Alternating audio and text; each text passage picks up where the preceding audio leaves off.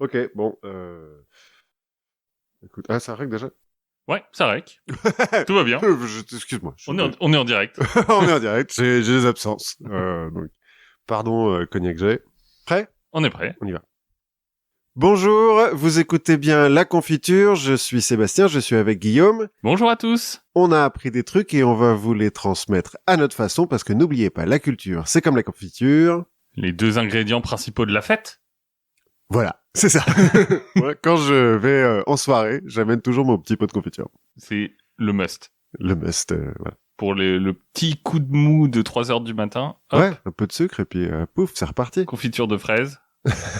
Tu te... Le lendemain, hop, confiture de pruneaux. Et puis après, pouf, tu peux recommencer, quoi. C'est reparti. Et de quoi allons-nous parler aujourd'hui, Guillaume? Bon, on va parler de fête.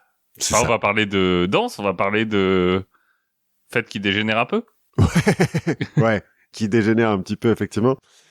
Et c'est moi qui commence C'est toi qui commence. en parlant d'une fête qui a duré un peu longtemps et qui a un peu dégénéré à Fiume. Ok, Fiume. Fiume, F-I-O-U-M-E. F-I-U-M-E. Alors, D'accord. c'est de l'italien. Hein, donc, Fiume. Ouais, voilà.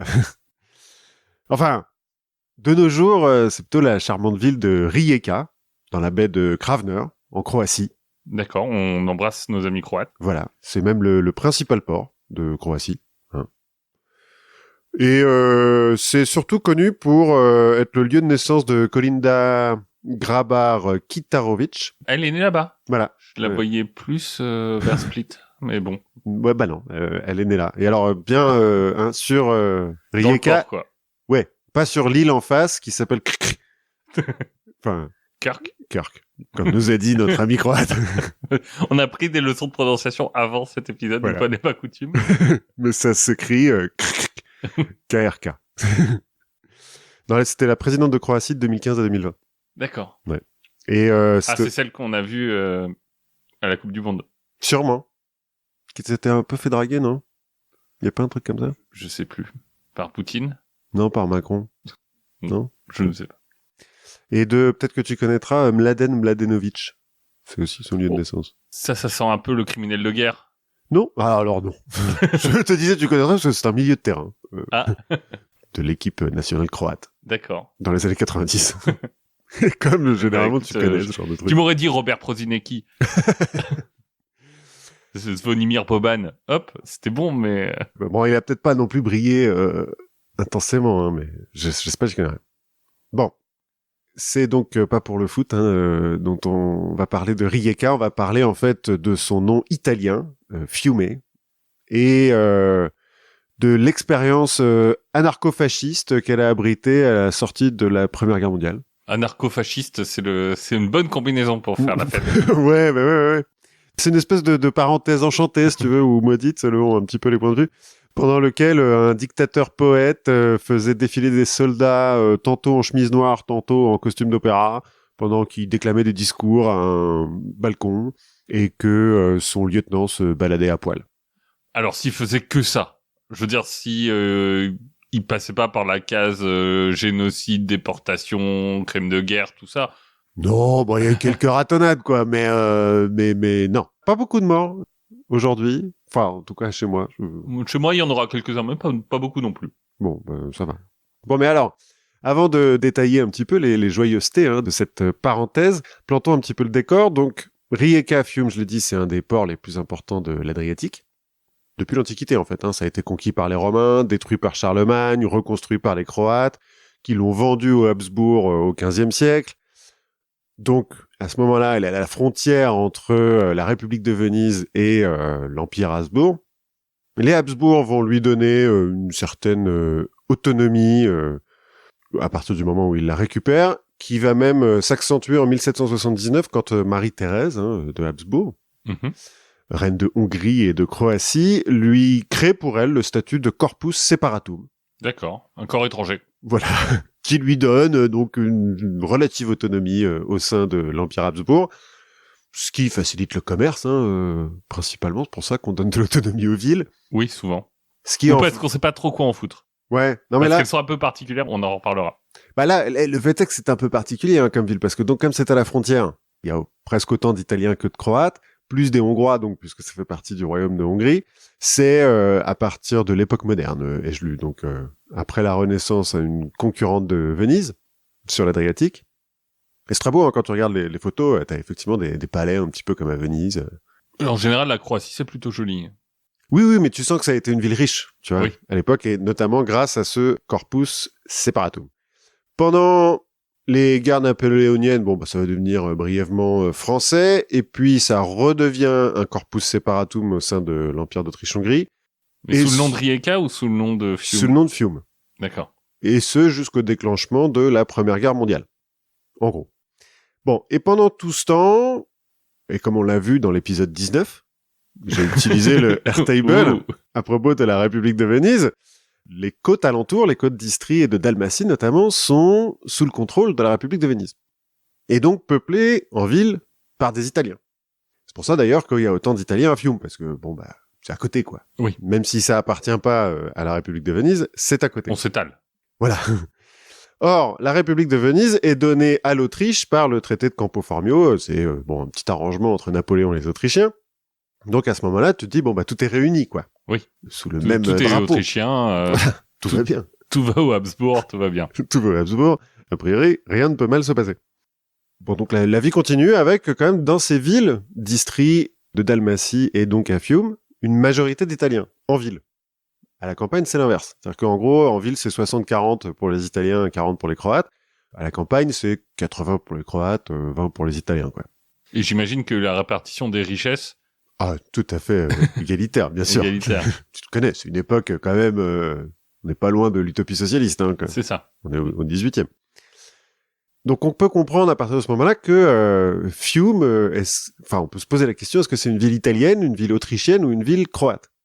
Sauf que... Juste... Ou un corpus separatum, une sorte de melting pot, une ville franche, quoi. En pratique, c'est une ville franche, mais les trois royaumes autour pourraient en réclamer la possession.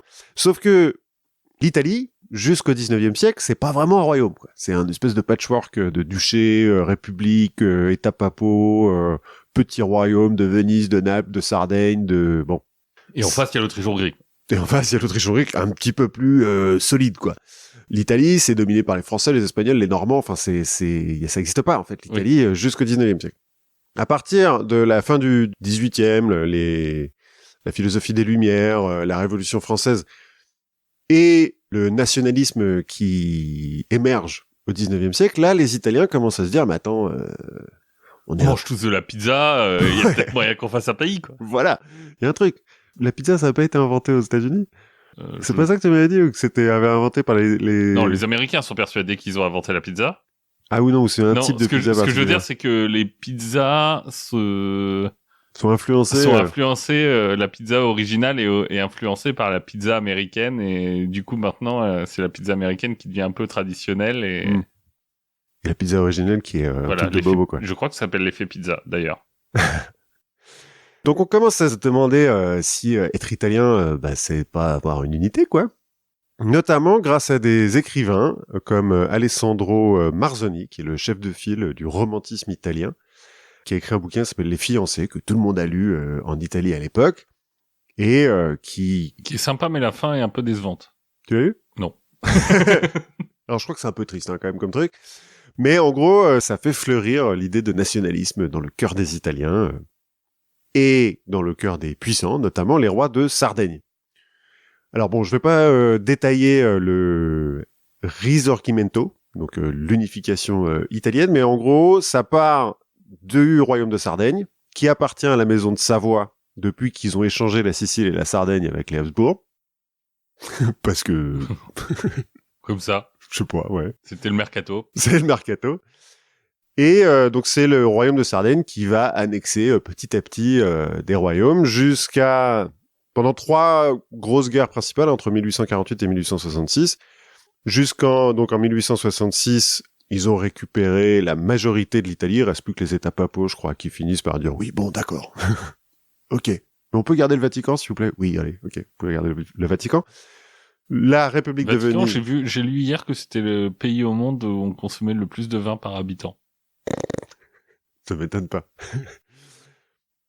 du vin de Metz. Bah, j'imagine. En toute religiosité.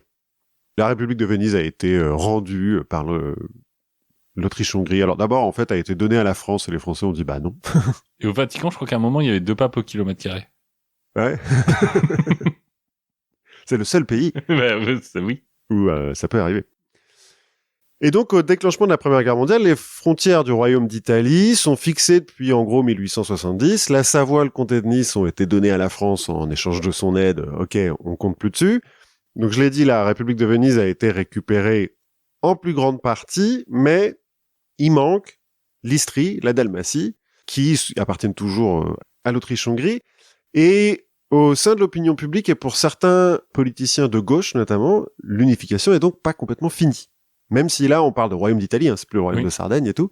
Alors, de politiciens de gauche, parce qu'ils disent, attendez... le droit des peuples à disposer d'eux-mêmes. Et puis, la majorité italienne dans ces villes dirigées par l'Autriche-Hongrie, par un empire en plus, alors que le royaume d'Italie, c'est un royaume constitutionnel et tout. Ils sont oppressés, il faut qu'on les libère et tout, machin.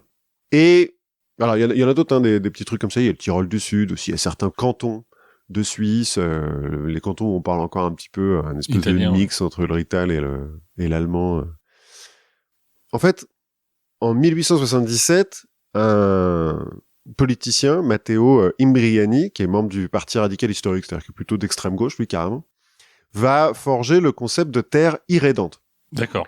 Alors, ça vient du latin, hein, irrédente, mais en gros, des terres, voilà, des terres qui sont non libérées, non délivrées ou non rachetées. D'accord. En gros, les terres qui manquent, c'est-à-dire les terres qui ont été italiennes pendant des siècles, les siècles précédents, et qui n'appartiennent toujours pas à l'Italie. Donc il y a la Dalmatie, l'Istrie, ok, mais il y a aussi Malte, Corfou, qui appartenait à Venise à un moment. Les plus extrêmes sont là, mais attends, la Corse, oui, un peu. Les plus extrêmes vont même jusqu'à l'ouest de la Turquie. Bah attends, ça a été romain à un moment, l'Empire romain. Ça a été vénitien pendant un moment. Donc ils sont là, bah c'est normal. C'est à nous. C'est à nous. On a les papiers. Voilà. Regardez. Et donc ça lance ce concept d'irrédentisme. Ces terres qui nous ont appartenu pendant des siècles nous reviennent de droit. Bon alors. Qu'est-ce qui peut mal se passer ? Ouais, voilà. Alors, mais... genre le Donbass, quoi. Oui, c'est un peu ça. C'était un peu ma conclusion, si tu veux.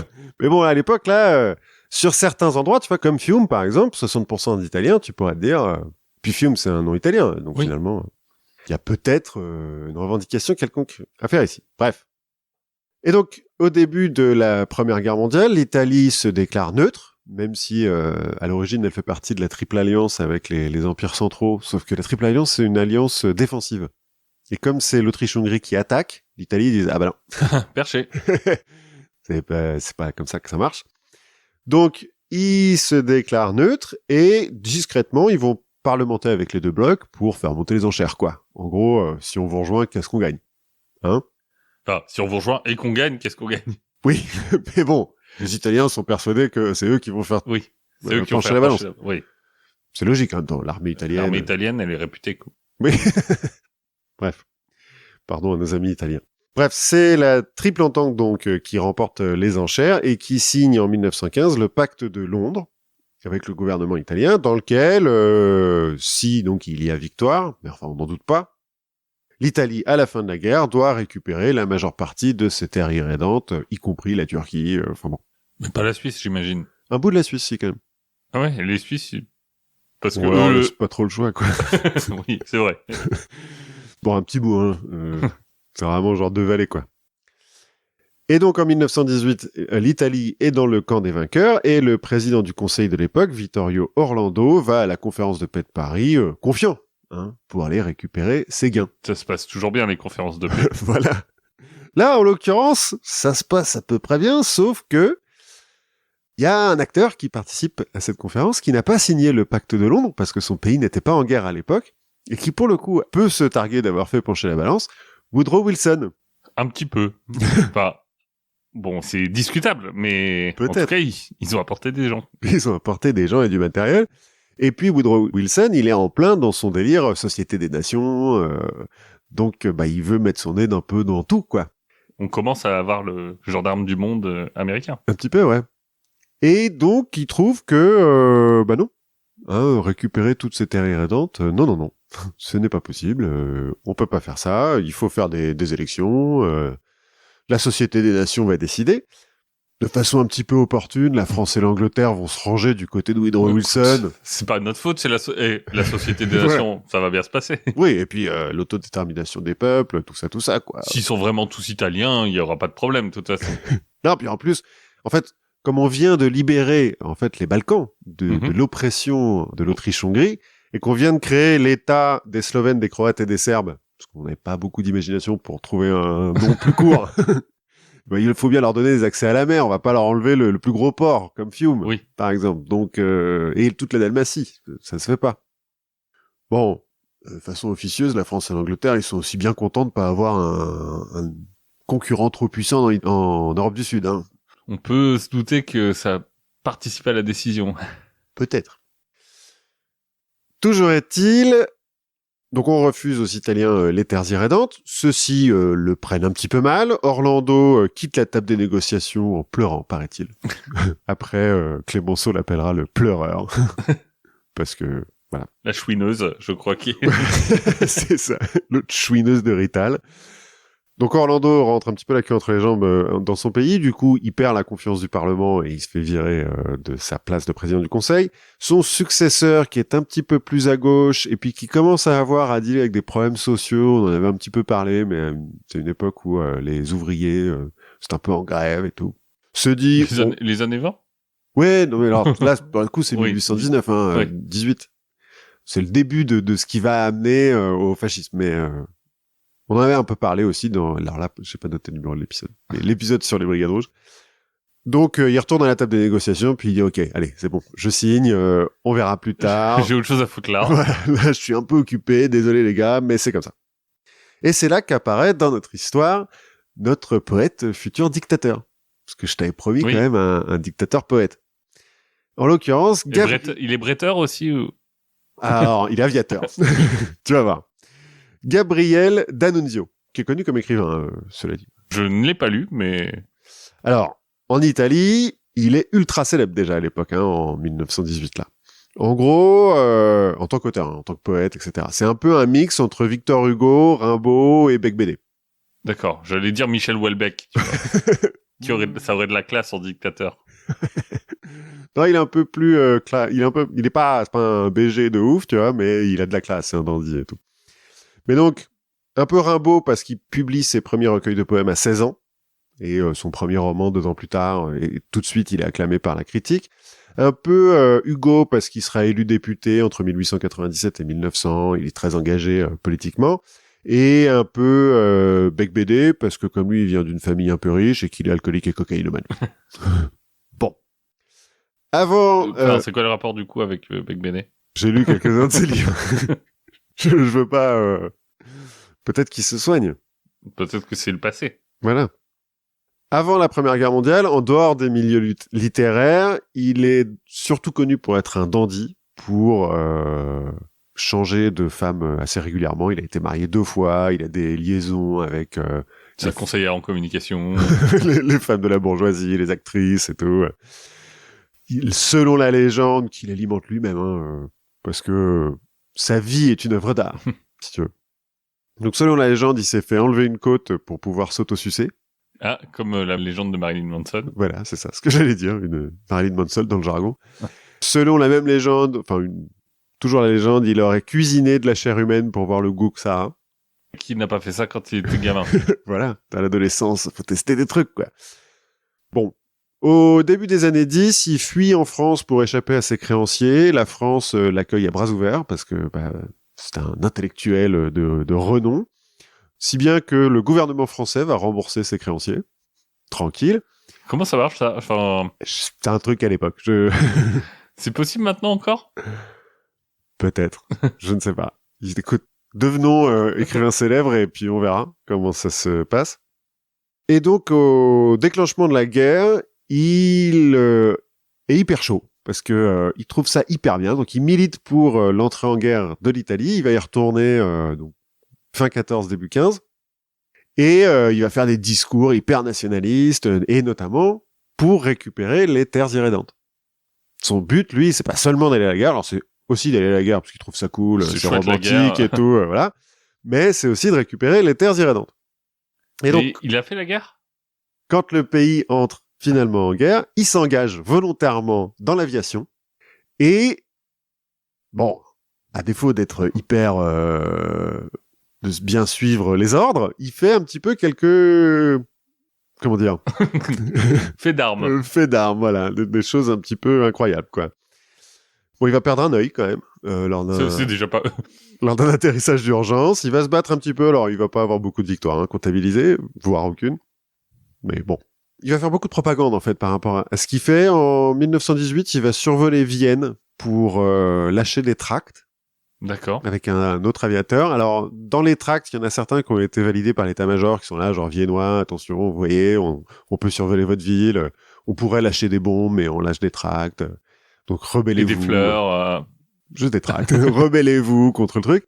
Et lui, donc son pote ne lâche que les tracts officiels. Lui, il lâche des tracts officiels et des tracts qu'il a écrits lui-même, qui sont un long poème qui a été refusé par l'état-major parce qu'il le trouvait incompréhensible, puis impossible à traduire en allemand en plus. Donc, mais c'est pas grave, il l'envoie quand même.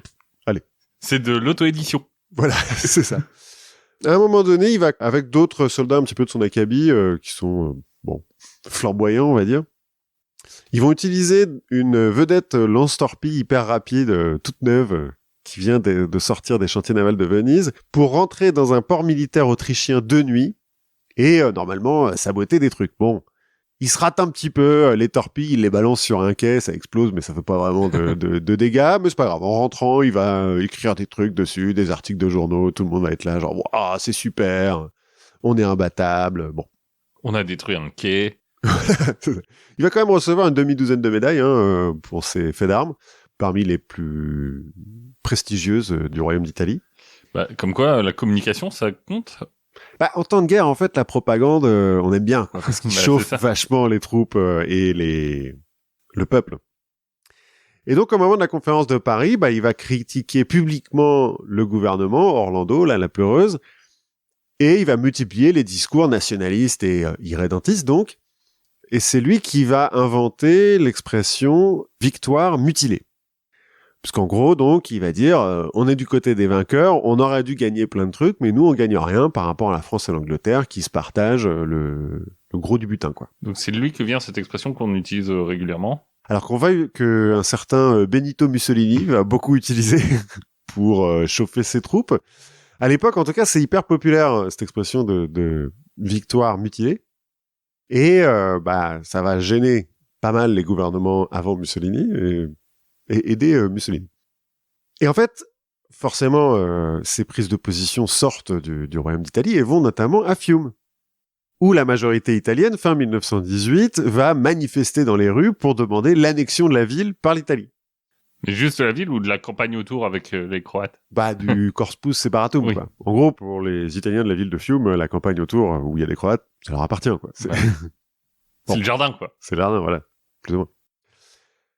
Bon, mais les Alliés, donc les Français, les Anglais, les Américains, sont bien décidés, eux, à donner Fiume à l'État des Slovènes, des Croates, enfin, à la Yougoslavie, hein. On va appeler ça comme ça parce que Oui. ça va plus vite. à faire respecter, en fait, ce qu'ils ont décidé pendant la conférence de Paris et ce que la Société des Nations a voté, ratifié. Donc, ils envoient des troupes pour rétablir l'ordre. Alors, c'est des manifestations, hein, il n'y a pas de combat en ville, mais en gros, il y a une garnison française, anglaise, américaine et italienne, du coup, parce que, bon, ils font quand même partie des vainqueurs, hein, c'est pas les ennemis. Et les Italiens disent, attendez, si vous envoyez des soldats, nous aussi. Comme il y a, du coup, pas grand-chose à faire en ville, bon, les soldats vont surtout au bordel, hein, c'est un port, donc on manque pas de bordel. Et ils se saoulent, et donc ils se tapent dessus, régulièrement. Comme des militaires qui n'ont rien d'autre à faire. Voilà, qui sont de pays alliés, mais voilà, à cause des discours de D'Annunzio notamment, les Italiens sont un peu remontés. Et puis les Français et les Anglais, ils sont un petit peu en mal de troupes fraîches, on va dire, donc ils ont envoyé des troupes coloniales. Donc parmi les troupes françaises et anglaises qu'il y a à Fiume, il y a des Indiens et des Vietnamiens qui n'en ont rien à foutre de tout ça. Et qui doivent bien s'intégrer. Oui, bon, enfin le bordel en même temps, ça se comprend vite, quoi. Ça soude les communautés. Voilà. Bref, tout ça continue pendant quelques mois, jusqu'à l'été 1919, où après une nouvelle émeute entre soldats français et italiens, qui fait 10 morts quand même, parce que bon, à un moment donné, c'est des soldats quand même, ils ont des armes. Le capitaine Giovanni Osventuri, qui dirige un petit peu le contingent italien, est obligé d'expulser 187 grenadiers italiens de la ville, à qui il conseille en partant, allez voir D'Annunzio, il y a peut-être un truc à faire. Pendant ce temps-là, D'Annunzio est en train de se remettre d'une mauvaise cuite dans sa ville de Venise. Il est un petit peu patraque. Il est pas très loin, mais... Voilà. Dans sa ville-là, pardon, de Venise. Les grenadiers s'arrêtent dans une petite ville à Ronchi, qui est entre Fiume et Venise, et envoient une délégation voir D'Annunzio en lui disant « Nous, on veut libérer Fiume. » On est un peu chaud. On est chaud. D'Annunzio, ni une ni deux, enfile son plus bel uniforme, met toutes ses médailles, prend sa Fiat 511 rouge décapotable et rejoint le gros des troupes à Ronchi, donc une centaine de kilomètres plus loin. Puisque les politiciens sont des pieds tendres, on va prendre Fiume nous-mêmes, et puis voilà. Hein, en gros, c'est l'idée. Qu'ils essayent de nous arrêter. Voilà. Donc, D'Annunzio et les grenadiers se mettent en route vers Fiume. En chemin, ils sont rejoints par des Arditi, qui sont un peu des sortes de commandos de tête brûlée de l'armée italienne. Qui sont eux aussi un peu désœuvrés, du coup. Oui. La légende veut qu'ils partaient à l'assaut des tranchées, torse nu, avec un couteau entre les dents et seulement des grenades. C'est un peu une légende. En fait, ils partaient avec des mitrailleuses et des lance-flammes. Mais en gros, mais torse nu quand même. Mais torse nu quand même. De toute façon, je veux dire, à l'époque, t'avais pas de gilet pare-balles, donc...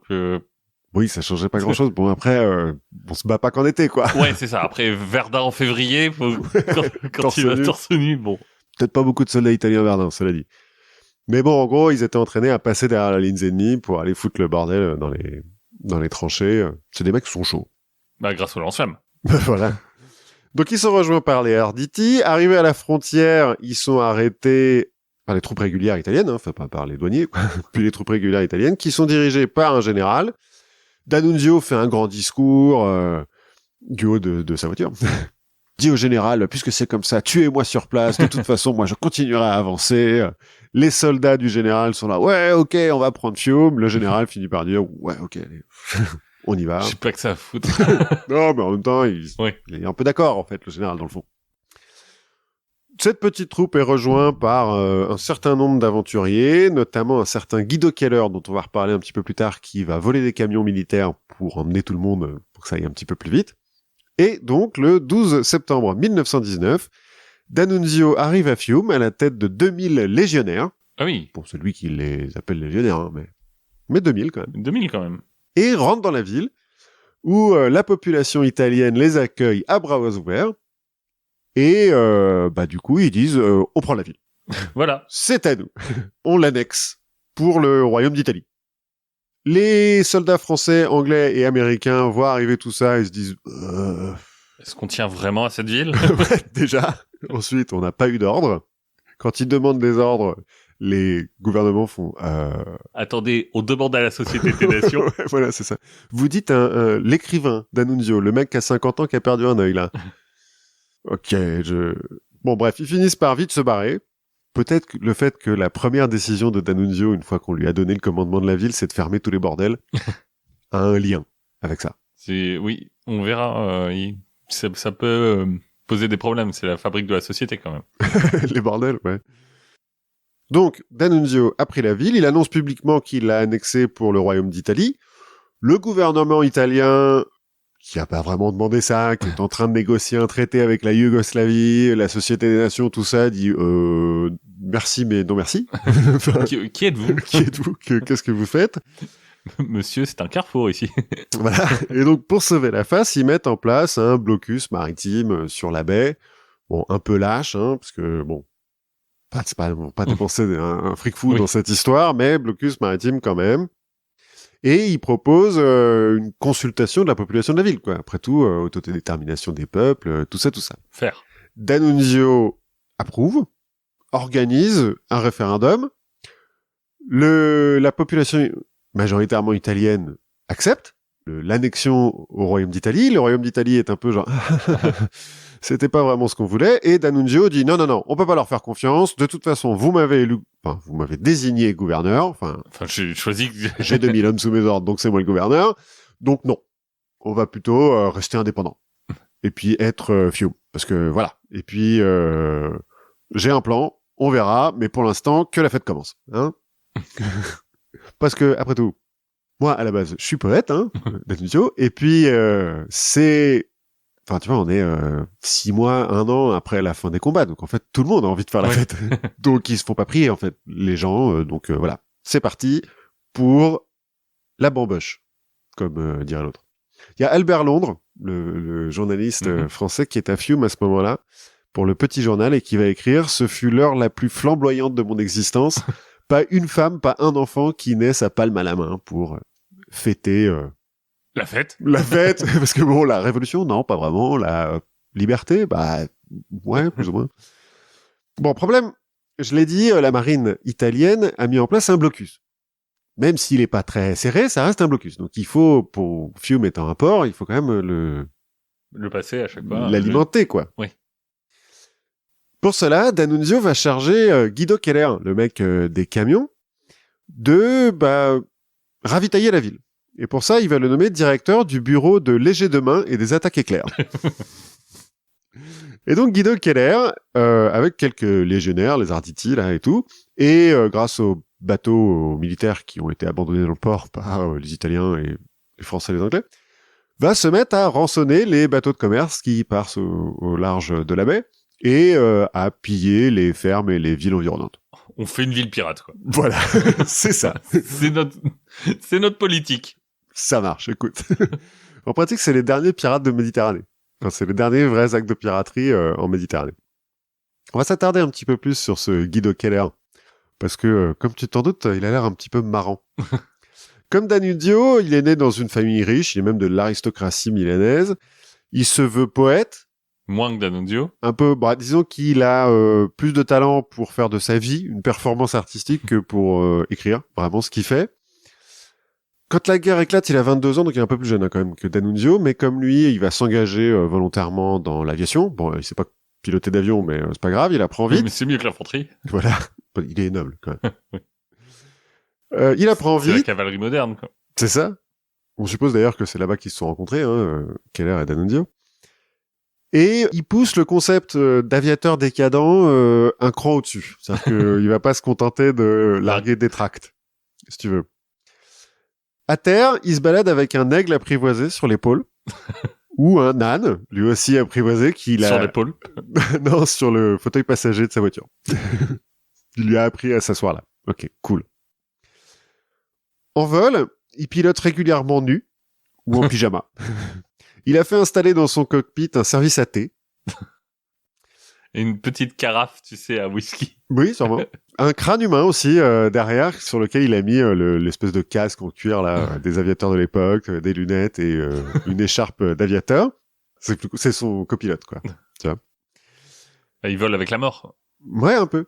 Il va aussi créer la confrérie des cheveux coupés, que seuls les pilotes ayant pu prouver qu'ils se sont coupés les cheveux en vol ont le droit d'intégrer. Bon, ça sert à rien, mais... À côté, t'as Guynemer et von Richthofen qui font des dizaines de victoires et eux, ils se coupent les cheveux. Oui, mais bon. Alors en fait, Guido Keller, il est considéré comme un as, mais il a que 3 victoires homologuées.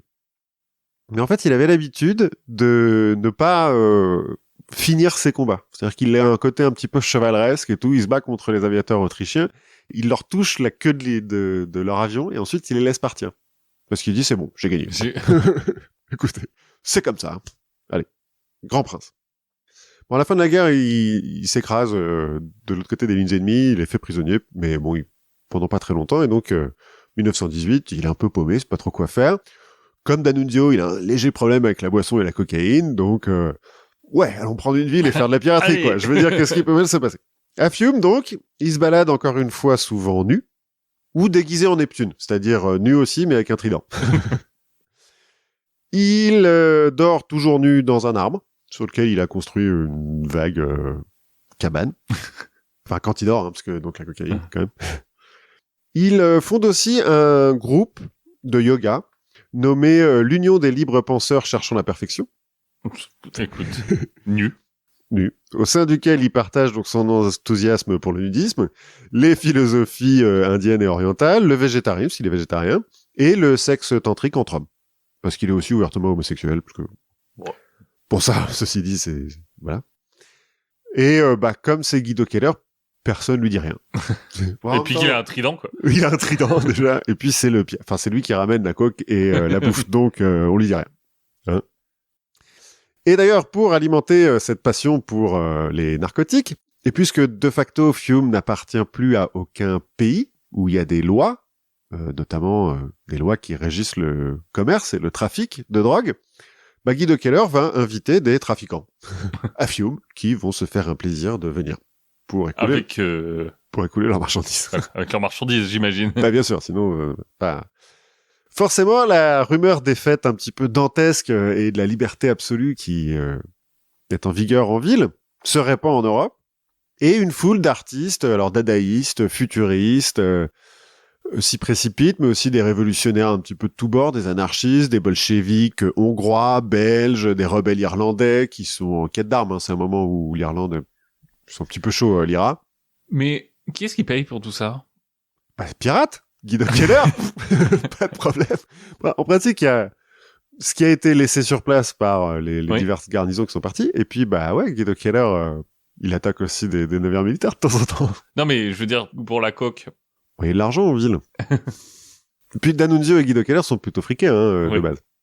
Tu vois, les gens qui viennent, alors, il y a des jeunes, des aventuriers, des jeunes un peu paumés, des zadistes et tout. Mais t'as aussi des mecs qui ont du fric, quoi. Mussolini n'a jamais vraiment soutenu ce qui se passe à Fiume, même s'il était un peu pote avec D'Annunzio à l'époque. Mais dans son journal, il va publier une espèce d'appel aux dons, quoi. Il va faire un Kiss Kiss Bank Bank pour Fiume. Donc ils ont un peu d'oseille, quoi, au début en tout cas. Bon, sauf qu'entre 2 orgies et 2 défilés militaires en costume d'opéra, D'Annunzio, il se rend bien compte que pour que ça dure cette histoire, il va falloir déjà mettre un peu d'ordre, et puis se trouver des alliés, quoi. Parce que, bon, on va pas non plus laisser... Le port en blocus, la piraterie, c'est sympa, mais c'est pas forcément un plan d'avenir. Voilà, c'est ça. Et puis, il se rend bien compte que la Société des Nations, l'Italie, la Yougoslavie, l'Autriche à côté, ils vont pas laisser continuer ça pendant des années, quoi. Alors, pour l'ordre, il va organiser d'abord ses légionnaires en milice, qui va habiller avec des chemises noires et à qui il va filer des bâtons et l'autorisation de bastonner les gens qui sont pas d'accord. Notamment les bourgeois italiens de la ville qui commencent à trouver que c'est un peu n'importe quoi, cette histoire. C'est un peu le bordel dans les rues, et le bordel, c'est pas bon pour le commerce. Voilà. Et puis les Slaves, parce qu'ils sont Slaves. Parce que bon, on fait pas de nationalisme sans une petite dose de racisme, sinon... Un petit pogrom aussi? Alors non, pas trop. Enfin, en tout cas, je n'ai pas eu. Peut-être qu'il y en a eu, mais je crois. Pour les Alliés, D'Annunzio va commencer par proclamer la régence italienne de Carnaro, du nom de la baie en Italie, qui est l'état officiel dont Fiume est la capitale. Il va lui donner un drapeau rouge avec un ouroboros doré et la constellation de la Grande Ourse. Doré aussi. Parce que, pourquoi pas. Écoute... Donc l'ouroboros, c'est le serpent qui prend la queue. Hein. C'est très joli, mais bon, voilà, ok, cool. Et il va écrire une constitution avec l'aide de Alceste de Ambris, qui est une figure de l'anarcho-syndicalisme en Italie. Et à eux deux, donc, ils vont faire cette constitution, la charte de Carnaro, qui d'abord affirme l'égalité de tous les citoyens, quel que soit leur sexe, leur religion, leur origine ou leur appartenance sociale. Là, bon, même les Slaves, on les veut bien. En gros, c'est Alceste de Ambris qui va faire la partie vraiment politique et D'Annunzio, il va enrober ça un peu de poésie, quoi. Oui, il va mettre des mots qui sonnent bien. Voilà, pour que ça soit plus joli. La Constitution donne le suffrage universel direct aux hommes et aux femmes pour élire 2 assemblées. Bon, en pratique, ils n'auront pas le temps de faire des élections, mais... Ouais, et 2 assemblées, bon, c'est quand même une ville, je sais pas combien il y a d'habitants, mais... Non, c'est pas des assemblées de 2000 personnes, tu vois, mais bon, c'est quand même bicamériste, tout ça. Ça va mettre en place aussi la Constitution 9 corporations qui représentent les différents secteurs de l'économie, donc ouvriers, marins, techniciens, avocats et médecins, bon, voilà, qui vont... Parce que les fascistes vont reprendre cette histoire de corporation, mais là, cette fois-ci, c'est basé sur le système des syndicats, comme anarcho-syndicaliste, Mhm. anarchiste donc. Et il va y en avoir une 10e qui vont baptiser Energia, qui va représenter les poètes, les artistes et les musiciens. Et les surhommes. Parce que D'Annunzio il est un peu fan de Nietzsche. Et puis il se dit, ouais, je vais pas me restreindre à poète ou musicien. Quoi. Ouais. La musique étant déclarée principe fondamental de l'État. Ben c'est comme ça. Écoute. Les dirigeants de Fiume, donc D'Annunzio et De Ambris en première ligne, vont mettre en place une Ligue des peuples opprimés, une sorte d'anti-Ligue des nations, destinée donc aux révolutionnaires, indépendantistes, séparatistes ou peuples colonisés de tous bords. Donc on a des Irlandais notamment qui sont toujours là pour chercher des armes, des Serbes, des Égyptiens, des Indiens. Bon, en gros, ils font un peu ce qui se passera après dans le tiers-monde, quoi. Ouais, c'est ce que j'allais dire. Enfin, Un truc à la Kadhafi, quoi. Ouais, ils essayent, quoi, en tout cas.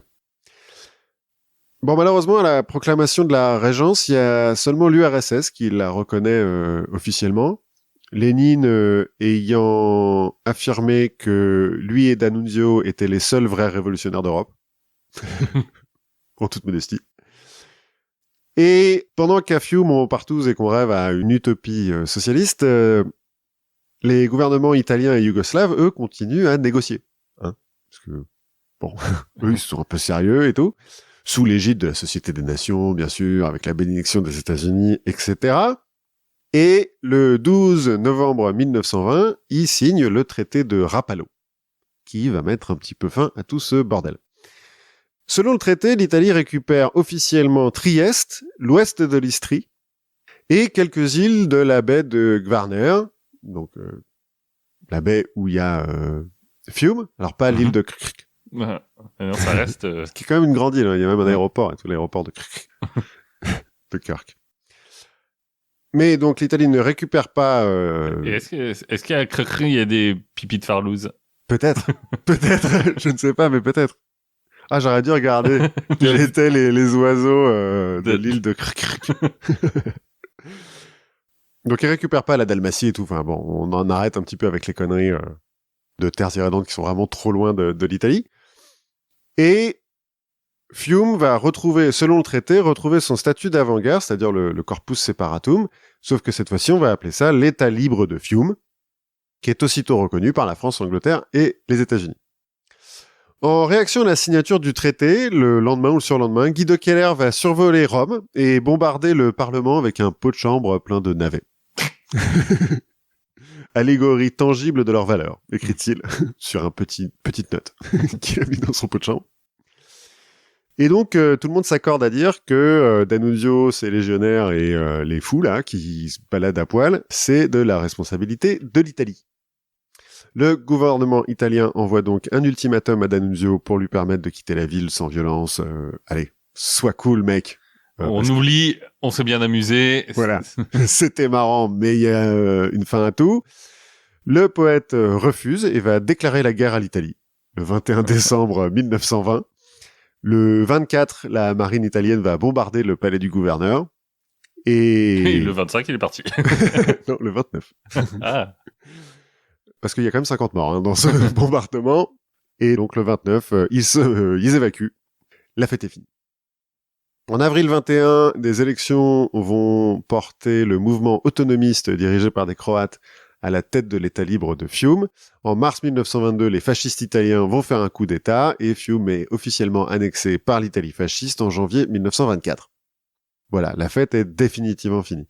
Parce que faut dire, j'ai dit, D'Annunzio et Mussolini, c'était un peu potes. Alors D'Annunzio a jamais vraiment été fasciste lui-même, il a jamais appartenu au mouvement. Oui. Au mouvement. Mais bon, voilà, il a gardé des relations cordiales avec Mussolini, et puis il l'a pas mal inspiré, hein, les chemises noires, les ratonnades, les corporations, tout ça, la victoire mutilée, bon, hein. C'est un peu sa muse. Ouais, si on veut, les discours au balcon, tout ça. Donc je l'ai dit, Mussolini a jamais vraiment soutenu l'expérience de Fiume, mais plus tard dans les années 20, il va donner à D'Annunzio la villa des Gardone Riviera pour en faire un espèce de musée à la gloire de D'Annunzio et de l'Italie, dans lequel il va mettre des bouts de bateau, son avion, enfin bon. qui va construire un espèce de mausolée pour lui et ses potes. Guido Keller sera enterré là-bas, parce qu'il va se cracher en voiture quelques années plus tard. Et Mussolini, pour justifier ce truc-là, il va dire quand vous avez une dent pourrie, vous pouvez soit la faire arracher, soit la remplir d'or. Dans le cas de D'Annunzio, j'ai choisi la deuxième solution. Il va mourir en 1938, D'Annunzio. Pendant la Deuxième Guerre mondiale, les populations croates d'Istrie et de Fiume vont subir un petit peu les exactions, on va dire, du régime fasciste. Être slave à ce moment-là, c'est pas ce qu'il y a de mieux. Ouais, mais être slave directement...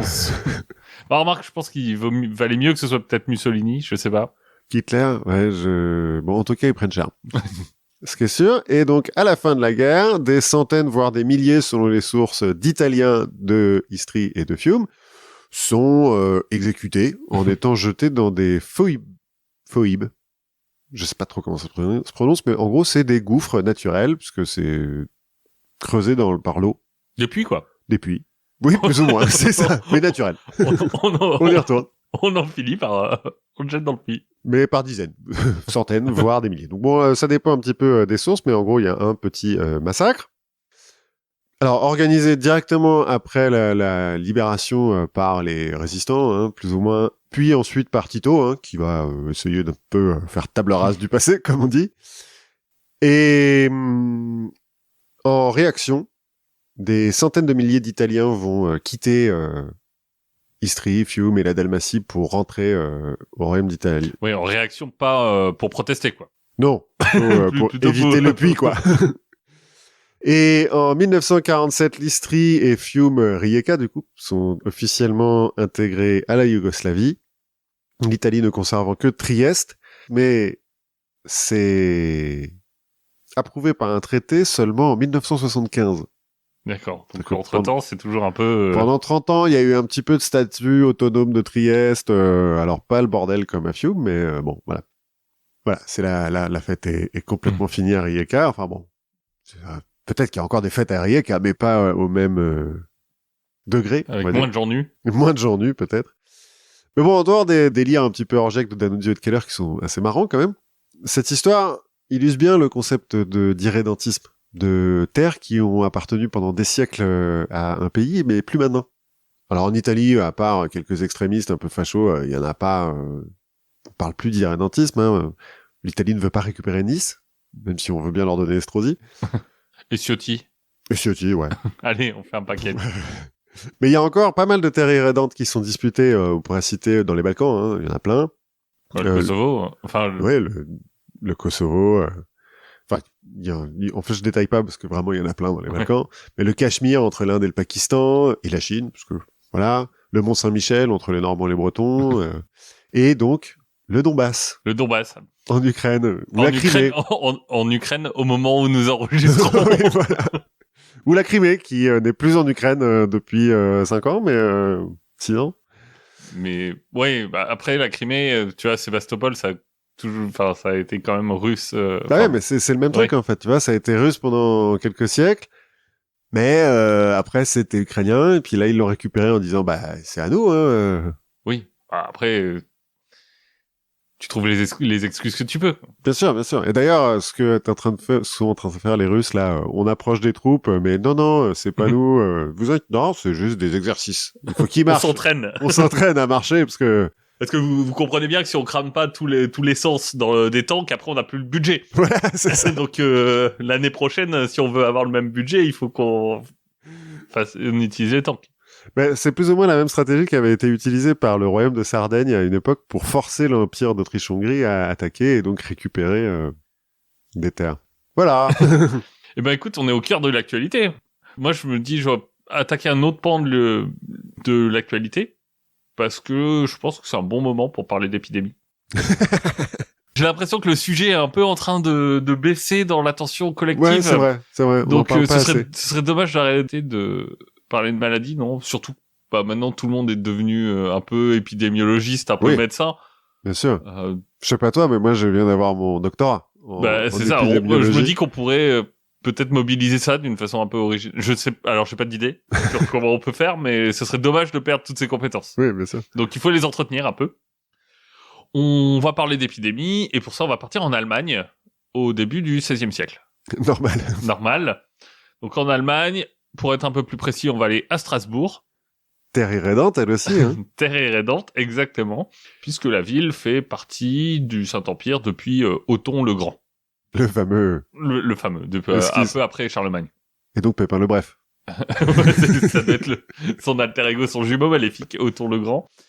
Et Strasbourg ne rejoindra pas le phare de la civilisation qu'est la France avant le XVIIe siècle et Louis XIV. Donc, terre vachement irrédente parce qu'elle a été allemande plus longtemps qu'elle a été française. Voilà, mais dans son cœur, elle est française. Oui. Alors, on va commencer notre récit un tout petit peu avant les faits. On va commencer, si tu veux, en 1492. Découverte de l'Amérique. Ouais, il y a cette histoire de gars qui a un problème de GPS. Mais ce qui nous intéresse vient du ciel et s'écrase non loin du village de Ensisheim, qui, comme son nom l'indique, se trouve en Alsace. Oui. T'allais me dire, ça, t'es en Provence. Non. Donc, un météore s'écrase dans la banlieue, enfin dans la campagne autour de Strasbourg, et c'est sûrement un signe. Oui, souvent. On est à une époque où l'astronomie, c'est une discipline importante. Non mais Oui, c'est vrai, ouais. les rois à l'époque, les empereurs ont des astronomes, les consultent pour prendre leurs décisions. Et Tycho Brahe, par exemple, dit à ce moment-là, quand je regarde en haut, je vois en bas. Le ciel, c'est un miroir de notre vie. Bien sûr. On avait vu que Tycho Brahe, il avait un petit pet au casque, hein, quand même. Un petit peu. Bref, en termes de signes divins il va se passer quelque chose. Ouais. On est bien. On fait pas beaucoup mieux. Il y a un jeune poète, à ce moment-là, qui s'appelle Sebastian Brandt, qui sera un peu connu, qui laissera notamment La Nef des Fous, dont on parlera. D'accord. L'interprétation est assez évidente, hein. Dieu envoie un avertissement. Il est temps de remettre un peu d'ordre dans nos vies. C'est marrant comme c'est toujours ça, les avertissements. Alors, Dieu, il avait déjà envoyé les Ottomans, hein. Ce qui était un bon avertissement, mais apparemment, c'était pas assez clair. Et en plus, Sébastien Brandt, il est pas très content parce qu'il voit que les nobles impériaux continuent de se chamailler. Oh. Plutôt que de lancer une croisade pour aller bouter l'Ottoman. Bien sûr. Certains vont un petit peu plus loin et disent ça sert, je sais pas si ça sert vraiment à quelque chose de mettre l'ordre dans nos vies parce que c'est l'apocalypse quand même qui arrive. Il y a un caillou qui est tombé du ciel, donc bon. Mais pour Sebastian Brandt, comme pour le grand prédicateur strasbourgeois de l'époque, qui s'appelle Jean Geiler von Keysersberg, Jean Geiler, Jean Guilou, oui. Il s'agit plutôt d'une défaillance du clergé. Lui, il va réunir 600 membres de l'église à Strasbourg et il va plutôt leur passer un gros savon. Ça, c'est mieux à la limite, tu vois. Là, il va leur parler des cadavres d'enfants avortés qu'ils trouvent dans les monastères, de leur appétit pour la viande et le vin, pour leur goût du luxe. Ce serait pas un wokiste un peu Faut dire qu'à l'époque, une bonne partie du clergé, ou en tout cas des classes hautes du clergé, c'est des fils de nobles. Oui. Donc eux, enfin tu vois, ils ont été élevés dans des familles nobles, les couches rembourrées de paille et ce genre de choses, le dénuement, c'est pas pour ça qu'ils ont signé. Ouais, la robe de bure, ça gratte quoi. Ouais, exactement. Et puis bon, les orgies, c'est cool aussi quoi. On l'a vu. Voilà. Mais attends, c'est pas protestant à l'époque Non. Pas encore. Jean Geiler, donc il va même commencer lui à faire une petite tournée des monastères. Il va être étonné d'y trouver quelques trésors gastronomiques. Enfin, de la viande. Hein. Je veux dire, on parle de l'Alsace du XVIe siècle. Ouais, il y a peut-être de la bière aussi. Oui, mais ça, je pense que de la bière, il y en a partout. Donc il commence à faire sa tournée pour dire hey, c'est quoi ce bordel, machin. Mais les abbés sont pas très coopératifs. Il y en a même un qui lui dit un peu en mode tu sais que t'es promis à un bel avenir, mais ce serait dommage que t'aies un petit accident de carriole. C'est si vite arrivé. Voilà. Et comme en même temps l'évêque de Strasbourg se dit que bon, l'argent rentre. Donc pourquoi est-ce qu'on changerait ? Donc Jésus il doit fermer les yeux, sinon ça marcherait pas. Notre ami Jean Guilou va vite être contraint d'arrêter cette connerie. Et on va revenir aux mœurs d'avant. Tout ça a un effet, c'est que ça va accentuer beaucoup la fracture entre les religieux et les profanes. Fracture qui remonte déjà Quelque temps, hein, puisque jusqu'à la moitié du XIIIe siècle, la ville libre de Strasbourg, qui a donc elle aussi un corpus separatum. un corpus separatum. Enfin, oui, elle a un statut d'autonomie au sein du Saint-Empire.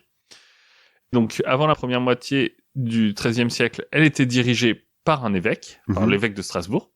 Maintenant, elle est dirigée par un conseil, le Conseil des 21.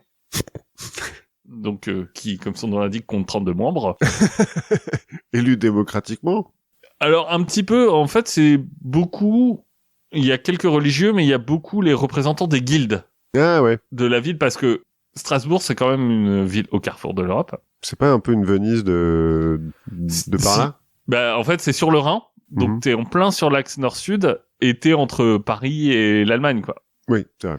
Donc, t'es vraiment sur un carrefour, donc le commerce, c'est hyper important, la ville s'est beaucoup enrichie grâce à ça, donc les guildes ont beaucoup de pouvoir. Et quelques années avant notre histoire, la ville avait été, je crois que c'est 1475, la ville a été menacée par des armées qui venaient, je sais plus trop d'où, mais des armées qui voulaient prendre Strasbourg. Et le conseil s'est tourné vers le clergé en disant les mecs, il faut qu'on paye des mercenaires ou qu'on paye une armée. Et ils ont dit bah non, enfin je vois pas. Je vois pas. Écoutez, nous on n'a rien pour vous en tout cas. On est pauvres. Voilà, nous on a fait votre pauvreté. Voilà. C'est un petit peu mal passé. Oui. Il faut ajouter à ça qu'en plus les récoltes sont particulièrement mauvaises. En 1492 ? En 1492. Ça va pousser les propriétaires terriens, les pauvres, à augmenter les impôts sur les paysans. Parce que si les récoltes sont mauvaises, il faut pousser les impôts pour gagner pour sinon, pas perdre d'argent, quoi. Voilà, sinon on perd en bénéfice, puis la bourse s'affole, et puis voilà. C'est ça. Les dividendes, quoi, c'est important. Et parmi ces propriétaires terriens, bien sûr, une grosse partie sont des monastères. Mais qui, là, à ce moment-là, font OK. Bah là, ils font OK, on monte les impôts. Non, mais ils sont d'accord avec les guildes. Bah, c'est plutôt chaque propriétaire qui... Ah oui, qui monte ses impôts tout seul, en fait. Qui monte ses impôts un peu tout seul. En ville, on va avoir une situation assez proche avec les apprentis, en fait, qui travaillent très dur, mais qui désespèrent petit à petit de pouvoir monter dans les échelons des guildes. Ça devient compliqué, et en fait, il y a une sorte de sensation de déclassement. Ah, c'est bizarre, ça me rappelle un petit peu une situation dans l'université française, par exemple. Dans beaucoup d'endroits de la société, on va voir. En 1492, donc, la récolte est encore plus catastrophique que les années d'avant, ce qui mène juste la région à la famine. Ah oui, c'est toujours bien ça. Tout ça fait que quelques mécontents vont se réunir autour d'un symbole, la Bundschuh. Donc Bundschuh, chou c'est la chaussure, en fait c'est la chaussure du paysan. Ok, d'accord, ils ont pas trouvé mieux comme symbole. Bah écoute, on prend la chaussure du paysan et le gilet jaune. Oui. Je veux dire, bon. C'est vrai. Et donc ils vont se mettre à planifier une révolte. Ok. Bon, ils vont être trahis en 1493, la plupart vont être exécutés, mais on sent que le sentiment est là. Ouais, puis ils ont un signe de ralliement, donc c'est bon. Voilà, 1493, c'est là aussi que sort donc la nef des fous de notre ami Sébastien Brandt, qui s'en donne à cœur joie sur le clergé. Mais il parle beaucoup de la folie, d'un monde imaginaire avec les prêtres et les curés qui sont complètement débiles. Mais derrière, il y a aussi un sous-texte qui est un peu menaçant, qui dit, ok, les religieux vont aller en enfer, mais nous, du coup, nous pauvres gens, on n'aura plus de religieux pour nous. Voilà, nous on est guidés par des religieux qui vont en enfer, donc donc on est dans la merde. Donc on est un peu dans la merde. On risque d'y aller aussi à cause d'eux. Bon, heureusement, les récoltes vont aller un peu mieux, ce qui va nous laisser un petit moment de répit. Bon, 1495, une autre petite copine du clergé fait un passage éclair, la syphilis. En plus, cette année-là, on voit la naissance de Siamois. Oula, signe. Et d'un cochon à 8 pattes. Bref, Dieu, il a pas oublié. Ouais, il est un peu vénère. Il est un petit peu vénère. Et il trouve que les cailloux, on comprend pas bien, donc il envoie des trucs plus précis. Voilà. Mais ça se calme. Ouais. Les récoltes vont un tout petit peu mieux encore, jusqu'en 1503, où là, à nouveau, récolte catastrophique. Les paysans sont affamés, mais ils voient défiler devant eux les chariots pleins de grains que les monastères, notamment, envoient au marché, puisqu'ils ont gentiment entreposé le grain dans leur grenier en attendant que les prix flambent. Et maintenant que les prix sont au plus haut, ils vont pouvoir aller les vendre. Bah alors, c'est la base de commerce. Bah, c'est ça. C'est ce qu'on apprend dans la Bible. Tout ça va pousser les paysans à s'organiser à nouveau. Donc, un nouveau Bunchu sous la houlette d'un ancien serf d'un monastère qui s'appelle Joseph Fritz. Ils sont près d'un millier, hein, quand même, Ah oui. à se préparer à prendre les armes avant que le secret s'évente et qu'une bonne partie des leaders soient exécutés. Devrait être un petit peu plus sérieux sur qui est-ce qu'ils laissent rentrer dans leur C'est truc ça. là, parce que Bon, pourtant, ils ont des mots de passe et tout, mais ouais, mais je vois un pattern quand même qui se répète. ouais. Bon, ça veut pas dire que les tensions s'apaisent, hein. Oui, non. Le fossé entre les religieux et les civils s'agrandit. Si on peut rajouter quelque chose, c'est qu'à l'époque, les moines se mettent, alors pas directement, mais indirectement en rachetant les dettes, à pratiquer l'usure. Pareil, dans la Bible. Bah, justement, chapitre 15. c'est un petit peu interdit dans la Bible, donc ils sont obligés de racheter... En fait, ils font pas de prêt eux-mêmes, mais ils rachètent les dettes des gens. Mhm. Et puis après, ils vont casser des genoux quand les mecs ils peuvent pas payer. Bah ou... non, ils les excommunient. Cool. Cool. Voilà, on n'est pas encore tout à fait au moment des indulgences, ça viendra dans 10 ans. Quand arrive en 1507 un nouvel évêque, la situation, on le comprend, est un peu tendue. Il est escorté dans la ville par des hommes en armes Bien, c'est généralement... pour bien lui faire sentir comment on l'aime. Gaylor, de son côté, Jean Guilou, il se désespère de son incapacité à faire des réformes. Et il commence à dire aux gens qu'il va peut-être falloir penser à prendre leur destin spirituel entre leurs mains. Oula, c'est pire que, les chaussures. Mais il va mourir. Donc, mais il commence à instiller l'idée que est-ce qu'on peut vraiment faire confiance à l'Église. 1513, après plusieurs récoltes difficiles, une petite flambée de cas de peste. Après le syphilis, bon. Voilà, mais vraisemblablement la peste, en fait, elle s'est pas développée parce que l'hiver était beaucoup trop froid. Que même les rats sont morts. Mais il y a des gens qui meurent gelés. Voilà. Qu'est-ce qui se passe? Bah, la cocotte est à nouveau prête à exploser. Joseph Fritz est de retour. Il est ressorti de sa cachette dans la forêt noire. Et fidèle à son histoire, il va assembler une petite armée de paysans prête à marcher sur Strasbourg, se faire trahir et se faire poursuivre à nouveau. À moi, il se fait pas exécuter, c'est pas mal. Non, lui, Mais il sera jamais exécuté. Ça fait redescendre un peu la pression, hein. Limite à se demander s'il laissait pas lui, en fait. Ouais, c'est pas un contre-feu. Ouais. À ce moment-là, Erasme passe dans la ville, il parlait d'humanisme, et il trouve que la ville est géniale. Ah ouais. Genre, on a un petit peu briqué les trucs pour qu'il trouve ça génial ou... Bah, parce que, en fait, c'est aussi une ville où t'as une université Mhm. qui est importante, t'as le commerce qui est Florissant. bon normalement, bon, t'as des gens qui meurent de faim. Certes. En hiver, mais voilà. Mais bon. Et bah, c'est un endroit où, justement, les gens critiquent l'église dans l'église. Enfin, tu vois, il y a un peu du débat, quand même, à cet endroit-là. En 1517, Fritz revient. Il se dit, bon, cette fois, ce qu'on va faire, c'est qu'on va assez vite essayer de prendre les villes pour aller vers les artisans plutôt que se contenter que des paysans. Il a eu le temps de réfléchir à planifier l'après. Donc, son but, maintenant, c'est plutôt de se dire, c'est moins dans la colère, c'est moins, on n'est pas content, c'est plus, on va virer les nobles et les prêtres. Enfin, on va les exiler. Enfin, tuer ceux qui sont pas d'accord. Et on va se placer directement sous la tutelle du pape et de l'empereur. Ah ouais. Donc c'est plus le bruit et la fureur, c'est le dégagisme, quoi. C'est exactement, c'est ça. Bon, encore une fois, hein, il y avait eu des très mauvaises moissons. À ce moment-là, tout le monde est un peu sur les dents. Au point que on est arrivé au moment où, en 1516, les imprimeurs de la ville, puisque je rappelle que c'est à Strasbourg qu'a été inventée l'imprimante. Ouais. L'imprimée, en 1450. Enfin, l'histoire de l'imprimerie est un peu floue, mais... Gutenberg, Strasbourg. Il me semble que Gutenberg, c'est Strasbourg. Ou en tout cas, c'est pas loin. Ouais. Donc, les imprimeurs de la ville doivent faire valider leurs textes par les autorités. Oui, c'est bon. Parce que là, on commence à se dire, le Facebook des Gilets jaunes, ça commence à être un peu dangereux. Au début de l'année, le prix des céréales est multiplié par 2 en 2 ans. Pendant plusieurs mois, la température ne revient pas dans le positif. Cool. Je suis allé à Strasbourg en hiver, c'est une horreur. J'ai rarement eu aussi froid de ma vie. Bref, les gens meurent de faim.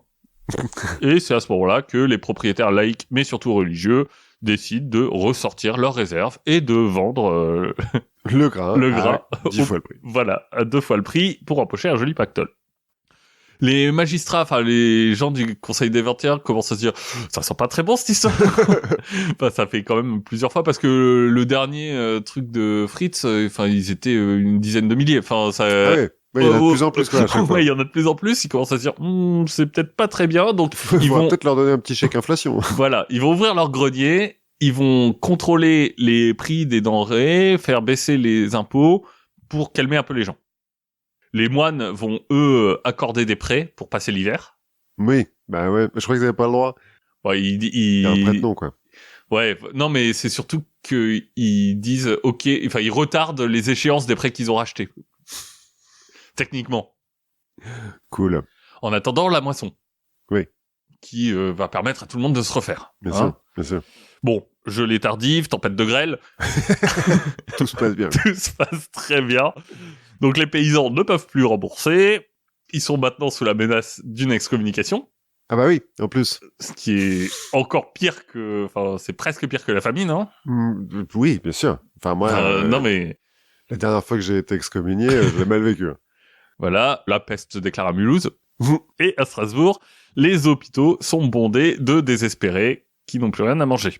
Et qui vont encombrer les urgences. J'espère qu'on les fait payer. C'est ça. Alors, l'épidémie de peste n'arrivera pas jusqu'à Strasbourg. Hein. Donc, il faudra se contenter de la lèpre qui va attaquer les corps des gens qui sont affamés oui. et affaiblis. Tranquille. En quelques mots, vers la fin de 1517, les Alsaciens ont l'impression que Dieu regarde plus trop vers eux. Ou qu'il est un peu vénère, quoi. Ou qu'il est un peu vénère. Enfin, c'est pas l'époque la plus joyeuse de Strasbourg, quoi. La flamme cuche, elle est loin. Elle est loin. Là. C'est un peu un terreau idéal hein, pour quelqu'un qui va parler d'un monde sans propriétaire, sans prêtre. Donc là encore, Fritz revient à la charge. Donc il va pendant l'été recruter des paysans. En août, un paysan va se confier à un prêtre. Tout s'écroule pour des milliers de personnes à nouveau. Bah, en fait, c'est dur de garder un secret. Mais le secret de la confession et tout, vraiment, les prêtres, ils ont pas de race. Je suis pas sûr qu'il lui en ait parlé en confession. Ah, oui, mais bon. Quand est-ce que tu sais que t'es en confession ou pas? Est-ce que c'est le confessionnel qui fait la confession? Bah après, ça sera différent avec les protestants. Il y a plus de confessionnel. Ça. Pour se remettre de leurs espoirs douchés et d'une année horrible, le tiers-état commence à implorer le clergé. Ils veulent des messes, ils veulent des processions, enfin ils veulent... Faites un truc quoi, faites putain. Un truc, utilisez votre magie, il faut qu'on s'en sorte là parce que c'est plus possible. Bon, ça veut dire du boulot pour les religieux qui sont pas contents et qui se plaignent à l'évêque de... Hey, je fais 3 messes par semaine, ça va quoi. Faut pas pousser. C'est-à-dire qu'il faut trouver un sermon différent à chaque fois. Mais bon, on se dit, ça vaut quand même mieux qu'avoir sa tête au bout d'une pique. Ouais. Donc, la ville de Strasbourg arrive jusqu'à l'été 1518. C'est le 14 juillet 1518 qu'un événement va mettre le feu aux poudres. Et il vient d'une dénommée Frau Trophéa. Si on en croit ce que Paracels racontera une dizaine d'années plus tard quand il chroniquera toute l'affaire. D'accord. Donc, les Strasbourgeois voient notre Madame Trophéa sortir dans la rue, suivie par son mari qui la suit et qui l'implore d'arrêter. Parce qu'elle danse. Ok. Elle danse difficilement parce que ça fait une journée qu'elle est en train de danser. Mais apparemment, elle y met tout son cœur, à tel point qu'elle finira, à la fin de la soirée, dans les rues, par s'écrouler de fatigue. Mais il y a de la musique? Non. D'accord. Les gens sont un peu dubitatifs, mais dès qu'elle se réveille, elle recommence à danser. Ok. Ses pieds commencent à saigner. Oui, bon. Mais ça n'a pas l'air du tout de la ralentir. Là, on commence à se dire, elle fait peut-être pas ça pour faire son intéressante. Le 3e, le 4e jour, on commence à se dire, non, il y a peut-être un vrai truc. Et personne qui veut l'exorciser tout de suite. Non, on saute pas à la conclusion de... pas tout de suite. La rumeur va se propager, hein. Les badauds vont se demander ce qui se passe, ils vont la regarder. On sait pas trop si c'est justement le diable, une divinité païenne, ou est-ce que c'est un message divin. Et puis à l'époque, on n'a pas beaucoup de concepts de psychologie. Voilà, au final, on va s'accorder sur un châtiment divin qui viendrait pas directement de Dieu, parce que bon, on est à Strasbourg quand même, il faut viser un peu moins haut, qui viendrait d'un saint. Saint Guy. Saint Guy. Saint Guy. Donc au bout de 6 jours, on va emmener notre Frau Trophéa à Saverne, à 50 km de Strasbourg. Donc on la pousse, elle danse, et on la fait avancer, 50 bornes. On la met même pas sur une carriole, parce qu'elle pourra danser sur une carriole. Non, on la met pas sur une carriole, elle on la pousse, on verra qu'on utilisera des carrioles peut-être pour d'autres. 50 km de Strasbourg, où il y a une grotte qui est consacrée à Saint Guy. Ah bah oui, ça va sauver tout le truc. Voilà, il se trouve qu'on ne sait pas trop ce qu'elle est devenue, cette dame. Ils l'ont jetée dans la grotte. Non mais on sait pas ce qui lui est arrivé après qu'on l'ait emmenée à la grotte. A priori, elle a arrêté de danser. Et on sait pas trop non plus pourquoi elle a commencé à danser. Alors Paracels parlera de difficultés conjugales, mais bon... Mais elle parle et tout pendant qu'elle danse, là? Elle explique aux gens? Non, elle danse. Elle danse. Okay. Elle danse, peut-être poussée par les difficultés de l'époque. Et c'est pas la première. En 1442, par exemple, on a un moine qui a dansé à mort en Suisse. Un autre, 10 ans plus tard, à Zurich, qui a subi le même sort. Alors, a priori, on peut exclure une cause strictement chimique ou biologique. Enfin, en tout cas, on connaît aucune substance qui existait à cette époque-là qui aurait pu induire un tel comportement sur plusieurs jours. Ouais, parce que sinon, j'allais te dire la méthamphétamine, quoi, mais... Ouais, mais pendant 6 jours... Ouais. Sans... Enfin, tu vois... Oui, et puis des amphétamines naturelles, il doit y en avoir quelques-unes, mais pas aussi puissantes que... Pas pendant 6 jours. Ouais. En fait, l'hypothèse la plus probable, c'est qu'elle est rentrée dans une sorte de transe mentale et qu'elle est restée un peu prisonnière de cette transe. Voilà. En fait, elle était catatonique, mais au lieu d'être bloquée, elle dansait, quoi. Elle était en transe, quoi. En 1374, déjà, on avait eu une vague de cas qui s'était produite en Allemagne et aux Pays-Bas. Et là, on raconte que les danseurs imploraient l'aide des passants, mais qu'ils avaient aussi des visions qui parlent à des démons. Bref, un truc complètement hallucinatoire. Ouais. Donc, une transe, ok. Mais pourquoi la danse? La danse, il faut voir que la danse rituelle, c'est quelque chose qui n'est étranger ni à la région, ni à l'époque. Ouais, ni à l'humanité de manière générale, quoi. Ouais, mais à ce moment-là, il y a des moments dans la vie où la danse va tenir un rôle assez important, notamment dans le contexte du carnaval. Le carnaval, c'est le moment où, en fait, on va danser, en l'occurrence, pour oublier la vie. Tu vois, c'est vraiment la parenthèse de je danse et j'oublie mes emmerdes, j'oublie que j'ai faim et tout ça. En plus, quand cette danse devient collective, tu sens une sorte d'harmonie de groupe, de flow, et l'effet est encore décuplé. Au XIVe siècle, par exemple, on danse parfois en anticipation d'une flambée de peste. Pour faire fuir la peste? Pour se donner du courage. Ok, pourquoi pas. On aurait peut-être dû danser pour le Covid. Plutôt que de taper sur des casseroles. Voilà, c'est ça. Chez Frau Trophéa, c'est pas trop le côté joyeux, festif de la danse qu'il faut retenir, hein, parce que dans cette chorémanie, comme on l'appelle, il y a pas vraiment beaucoup de plaisir. Enfin, les gens implorent de l'aide, t'as des gens qui se blessent, qui vont parfois au bout de leur force jusqu'à en mourir. Ouais. Pas. Ouais. Et l'autre question qui se pose, donc, c'est pourquoi Saint Guy? Ouais. Qu'est-ce qu'il a fait là-dedans, Saint Guy? Alors Saint Guy, bon, tu te rappelles, hein, son histoire. C'est celui qui s'est retiré le ver solitaire du cul, là, ou? Non, c'est pas celui-là. Saint Guy, c'est un jeune martyr sicilien torturé en 303. Ah oui, ouais. Bon, en quelques mots, on l'a mis dans une marmite de plomb et de goudron fondu. On l'a plongé là-dedans, il est ressorti complètement indemne. Alors on l'a envoyé aux lions.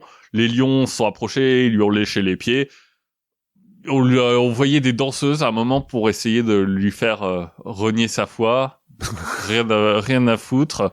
Et Dieu le laissera monter au paradis pendant que son corps succombera à ses multiples blessures. Mais blessé par quoi, du coup, s'il est indemne à chaque fois que on lui envoie des trucs? Je crois qu'on l'a torturé quand même. On se dit, bon, le plomb fondu, ça a pas très bien marché. Et Saint Guy, il est associé à la fertilité féminine, mais aussi à l'épilepsie. Normal. Selon la légende, il aurait soigné un des fils de Dioclétien de ses convulsions en le libérant d'un démon. Comment? Bah, il a dit au démon, sort. Et Ah ouais. le gamin a arrêté de convulser. D'où sa patronne de l'épilepsie. Ouais, ok. On peut aussi noter que, tu vois, les 3-4 danses dont je t'ai parlé, au 15e siècle, ils sont passés toujours au moment de la Saint-Guy ou juste après. Ok. Et si on regarde même sur la cathédrale de Cologne, il y a une sculpture de Saint-Guy.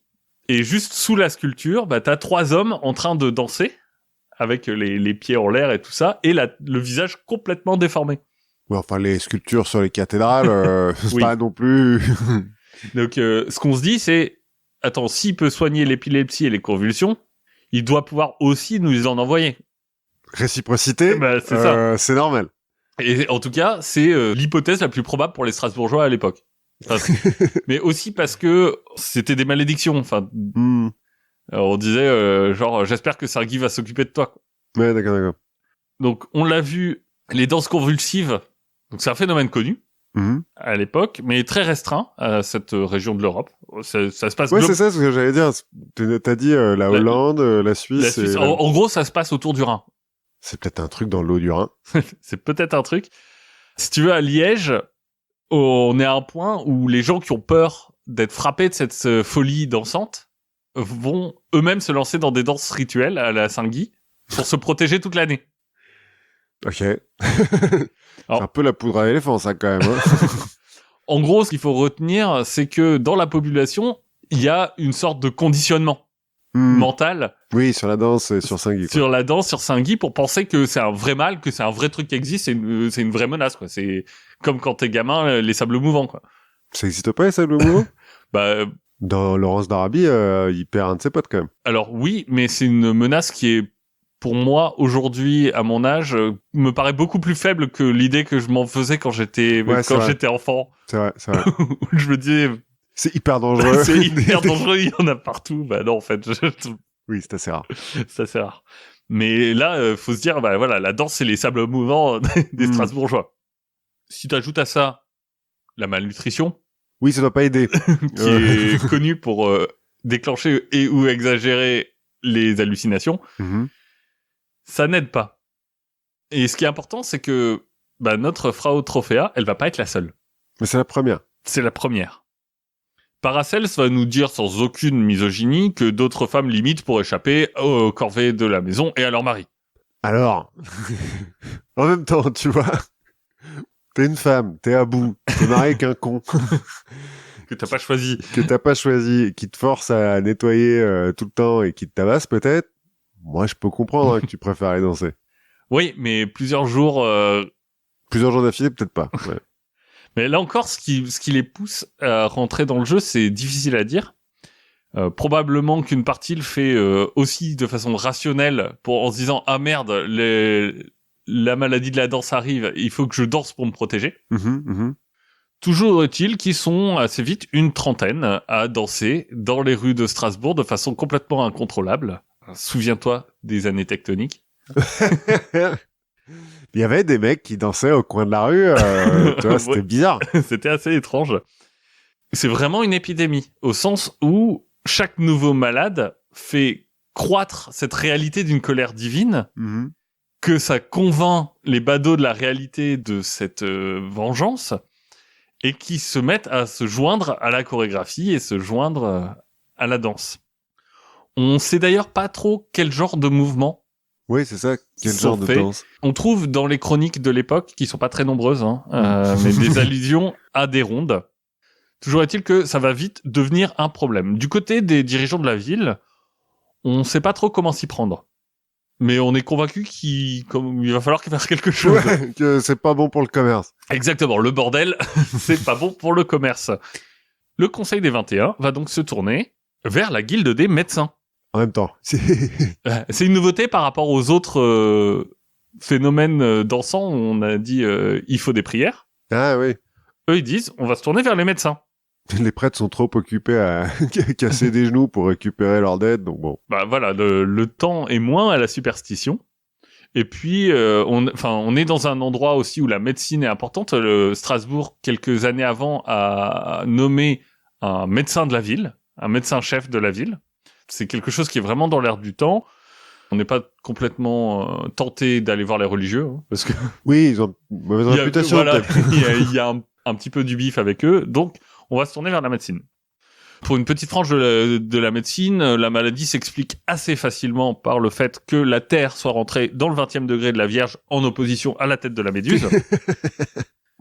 Et donc, bon, bah voilà, je veux dire... Je veux dire, c'est normal. Ouais. Mais alors, prenez de la bouse. Mettez-la dans une corne de vache. Certains vont rester sur l'hypothèse de la punition divine. À l'époque, c'est une raison tout à fait médicale, hein, qui est la raison donnée quand on n'arrive pas à soigner une maladie. Donc souvent, quoi. Voilà, mais les autres savants, la majorité, va se tourner vers une explication beaucoup plus rationnelle et médicale. Pour eux, la danse, c'est une maladie physiologique qui est causée par un échauffement du sang. Sensu.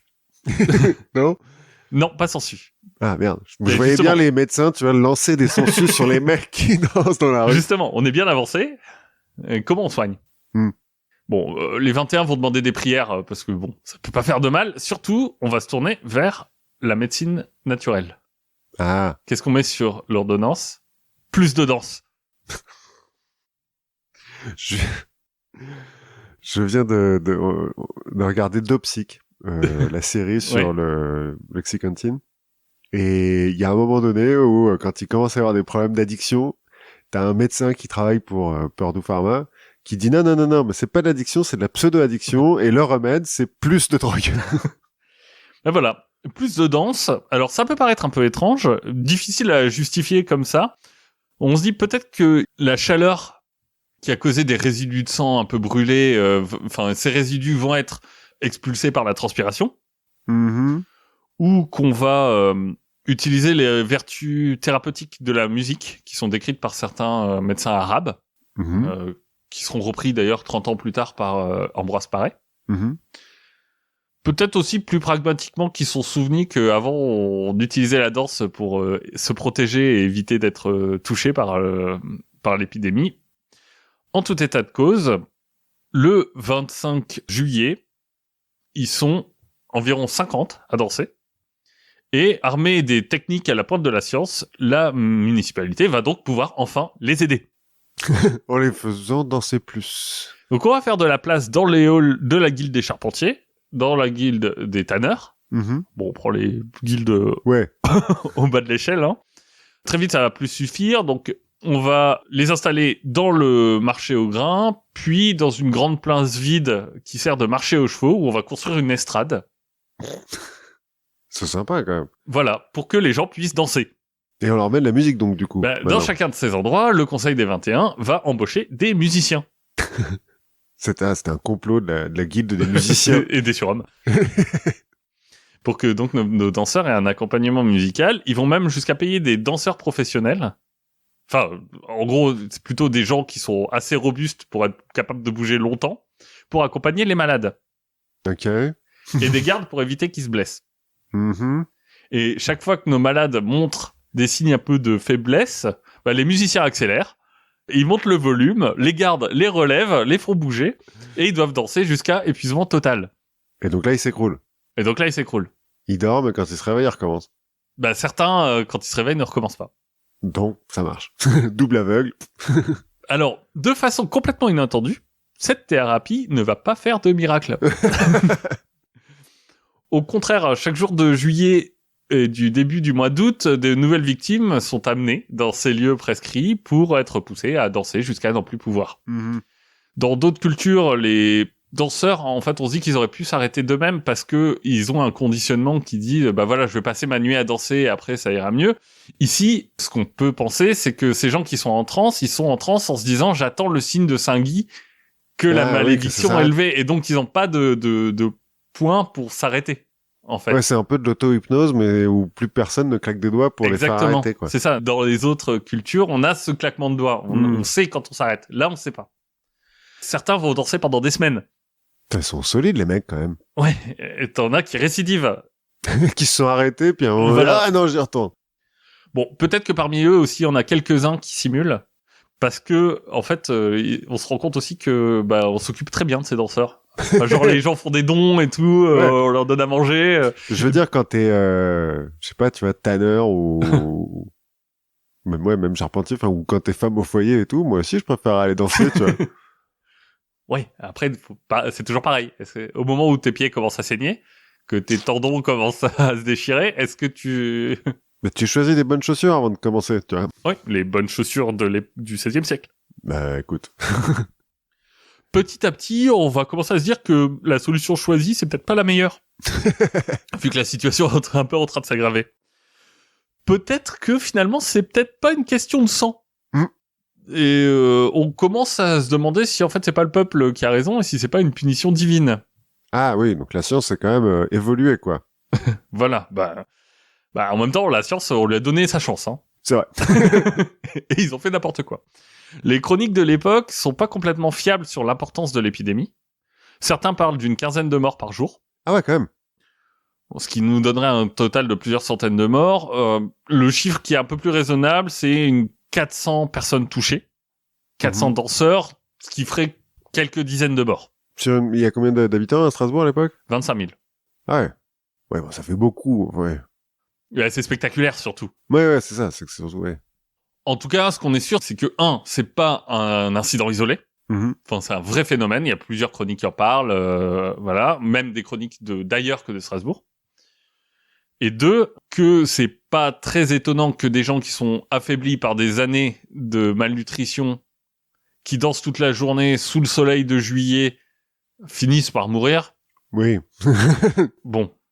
Ça se comprend. Surtout si tu prends en compte le fait que la transe te fait ignorer tous les signaux physiologiques. Oui, la soif. La soif, la faim, la fatigue, tout ça. Et que, en plus, la médecine dicte que tu remets debout les gens qui en peuvent plus. Pour qu'ils continuent à danser. Voilà. Tout ça va faire à nos autorités, en moins de 5 jours, le virage à 360 degrés cher à Jean-Michel Blanquer. Bref, toute danse, sifflement ou tambour est strictement interdit en public jusqu'à fin septembre. Mais en même temps, ils ont commencé sans musique, les autres. Oui, mais là, on n'a plus le droit de danser, c'est fini à bamboche. Voilà, tac. Le conseil est maintenant convaincu que si la cause n'est pas physiologique, elle est spirituelle. Donc, on va bannir, jusqu'à nouvel ordre, de l'enceinte de la ville, toutes les personnes à la morale douteuse. Ouais, ça veut dire plusieurs centaines de prostituées qui sont... alors, parmi celles du plus bas oui, des je plus bas suppose échelons. que les préférés des 21, là, 32, elles sont pas expulsées, quoi. Alors, en général, les prostituées sont passées par les 21 ou les 32, mais il y a longtemps. Ah oui, d'accord. C'est plutôt comme ça que ça se passe. Donc elles sont jetées hors des murs. Mais bon, elles ont un filet de sauvetage social, comme on dit. Oui, bien sûr. Bah, il y a Fritz, là, non? Dans la forêt noire. Bien sûr, bon, il y a quelques exceptions, hein. Les personnes honorables ont le droit de danser pour les mariages et les messes, mais sans tambour. Si tu tapes du pied, tu sais, c'est comme quand il y a pas longtemps, quand là, t'as pas le droit de... t'as pas le droit de danser dans les bars. Pour les danseurs, à part les ligoter, on peut pas faire grand-chose. Donc on les ligote. Non, on va pas les ligoter, mais tu vois, les menacer, ça sert à rien. T'as beau leur crier d'arrêter, ça sert pas à grand-chose. Mais comme on se rend compte qu'il y a une vraie contagiosité, qu'est-ce qu'on fait quand il y a une épidémie contagieuse? On confine. On confine, exactement. Donc, on va les forcer à rester chez eux, donc plus de danse en public. Les gens doivent rester chez eux s'ils dansent. Et comme autour du 10 août, la situation ne semble pas vraiment s'améliorer, on va lancer des travaux à Saverne, dont on avait parlé un peu avant, pour construire une nouvelle chapelle, pour apaiser Saint-Guy. Ah, moi je pensais que c'était pour mettre les danseurs. Genre on les emmène dans un endroit, on va appeler ça... 2 jours plus tard, le conseil ordonne aux guildes de repérer tous les malades et de les mener à Saint-Guy. Voilà, dans la caverne, là, dans la grotte. Oui, dans la grotte. Donc toute la ville va se mobiliser. On va montrer la dévotion de la ville à travers une grand-messe, célébrée dans la cathédrale Notre-Dame. On va fabriquer une effigie de cire de Saint-Guy, de plus de 50 kilos, qu'on va faire fondre dans un chaudron pour se rappeler... Oui, voilà. Voilà, cette effigie, le 20 août, on va la remodeler dans un cierge, qu'on va aller emmener à Saverne, avec une masse de chariots qui emmène aussi les danseurs. Et c'est parti pour le voyage de ces gens qui dansent. Bon, ça va prendre un peu plus d'une journée. on se doute que ça doit pas être de tourpeau. Les chariots de l'époque, sur les routes de l'époque où tu danses et tout, ouais, ça doit être... Mais ils finissent par arriver.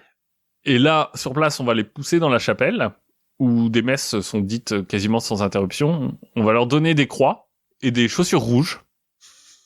Alors pour que le sang se voit pas. Non, le rouge, c'est une teinture qui est très très chère hein, à l'époque. Ouais. Donc c'est fourni un peu en preuve d'adoration. Tu vois, bon, elles sont ointes d'huile et d'eau bénite. Je te dis, c'est pour pas qu'on voit le sang. Bah, et puis ça fait aussi partie du décorum, tu vois. Ensuite, on va les faire tourner plusieurs fois autour de l'autel pour se purifier, et puis on va leur demander de sacrifier un centime. Enfin, ou un centime de Goulder, ou je sais pas quel est le... Finalement, entre les difficultés physiques du voyage qui font un peu guise de pénitence, les artefacts magiques des prêtres, les rituels, l'imploration du saint qu'on sait capable de guérir, bien sûr, capable d'infliger. Bah oui, logique, c'est scientifique. Tout est fait pour apaiser psychologiquement, en fait, c'est les malades. En plus, c'est des gens qui ont l'habitude d'une vie pas très très cool. Oui. Et là, pour une fois, ils sont au centre d'une attention bienveillante. On s'occupe d'eux. Ouais, parce qu'il y a aucun bourgeois, aucun membre du conseil des 21-32 qui est atteint de ça. Non. Ouais. Bizarrement. Et ce pèlerinage, d'après les chroniqueurs, a l'air de fonctionner sur la majorité des gens. Ok. On a trouvé le remède, et en quelques jours, l'épidémie s'arrête. Ok. Certes, les danseurs ont probablement souffert un petit peu des blessures qui ont mis du temps à guérir, mais la vie reprend à Strasbourg, et fin septembre, reviennent la musique et les prostituées. Au grand soulagement de tout le monde. Voilà. Bon, bien sûr, dans les années qui suivent, la fête de Saint-Guy va recevoir des attentions un peu particulières. Bien sûr. Mais surtout, la ville va être secouée aussi par les thèses d'un certain Luther. Oui, un petit... Qui sont parus fin 1517. Ah, donc la même année? Non. Donc, là, on est en septembre 1518. Ah oui, donc juste avant, ouais. Juste avant, mais elles vont être, dès la fin de l'année 518, elles vont être prêchées à Strasbourg, aux grandes dames de l'évêque. Vu le contexte, on va avoir des pillages de monastères quand même à ce moment-là. Toi, il l'a un peu cherché. Et la ville consacrera sa cathédrale au protestantisme dès 1529. Ah oui, son précurseur un peu. Et adoptera officiellement le protestantisme en 1532. La malédiction de Saint-Guy ne va plus réapparaître, ni en Alsace, ni ailleurs en Europe. Alors c'est aussi peut-être dû aux changements locaux religieux, puisque quand on bascule dans le protestantisme, on bascule dans une doctrine où les saints n'ont plus d'importance. Quasiment plus d'importance. Donc en fait, toute cette... Donc on a retiré son pouvoir à Saint-Guy, c'est un peu une espèce d'exorcisme à grande échelle, quoi. C'est un petit peu ça, quoi. Ben voilà, maintenant qu'on a oublié Saint-Guy, est-ce qu'on a encore vraiment besoin de danser? Je demanderai à ma femme. Mais ça n'a jamais eu lieu ailleurs que... Alors, ailleurs, on a des épidémies, notamment, je crois qu'à Madagascar, on a eu des épidémies de fou rire. Ah oui, ou de hockey, non, j'avais pas vu ça. Et il y a des choses avec le hockey, exactement, qui sont un peu du même tonneau, d'une sorte de transe collective. Mais je trouvais ça... Non, c'est marrant, moi, parce que donc, on sait toujours pas, en fait, en pratique, ce qui s'est vraiment passé. En pratique, on saura jamais, parce qu'on a que quelques chroniques qui sont assez lapidaires. Je sais que après Charcot et tout ça se sont penchés. Je me suis dit, j'ai déjà beaucoup parlé, donc je vais pas rentrer dans toutes les digressions. Et puis bon, Charcot, de ce que j'ai compris, c'est pas une science hyper... Non, ça devait venir des pulsions sexuelles des femmes, quoi, j'imagine. Logique, je vais dire. Mais non, l'hypothèse la plus probable, c'est justement cette sorte de transe qui est induite. Alors, peut-être qu'au départ, il y a des gens qui rentrent, qui se disent tiens, je vais danser, et puis après qui sont pris par le truc. Mais c'est cette transe induite. En plus, quand tu rajoutes la musique, les tambours, Une sorte d'hystérie collective, quoi, finalement. Un petit peu. Ouais. Eh ben. Donc la chorémanie, voilà. La danse de Saint-Guy, en fait. Et c'est de là que vient la danse de Saint-Guy. Ouais. On a appris des trucs, non? On a appris énormément de choses. Et moi, je vous conseille de continuer à apprendre des choses jusqu'à la fois prochaine. Si vous êtes tenté par apprendre des choses sur la littérature, le label Podcast va accueillir un nouveau podcast qui s'appelle Agatha Christie. Et qui va parler de Stephen King. Voilà, qui arrive bientôt. Il est arrivé déjà sur le label, donc les premiers épisodes sont disponibles. Et vous pouvez aller écouter ça, écouter d'autres podcasts. Si ça vous plaît, n'hésitez pas à nous aider en participant au Patreon du label Podcut. Tout à fait. Et on se retrouve la prochaine fois. Ouais, à la prochaine fois.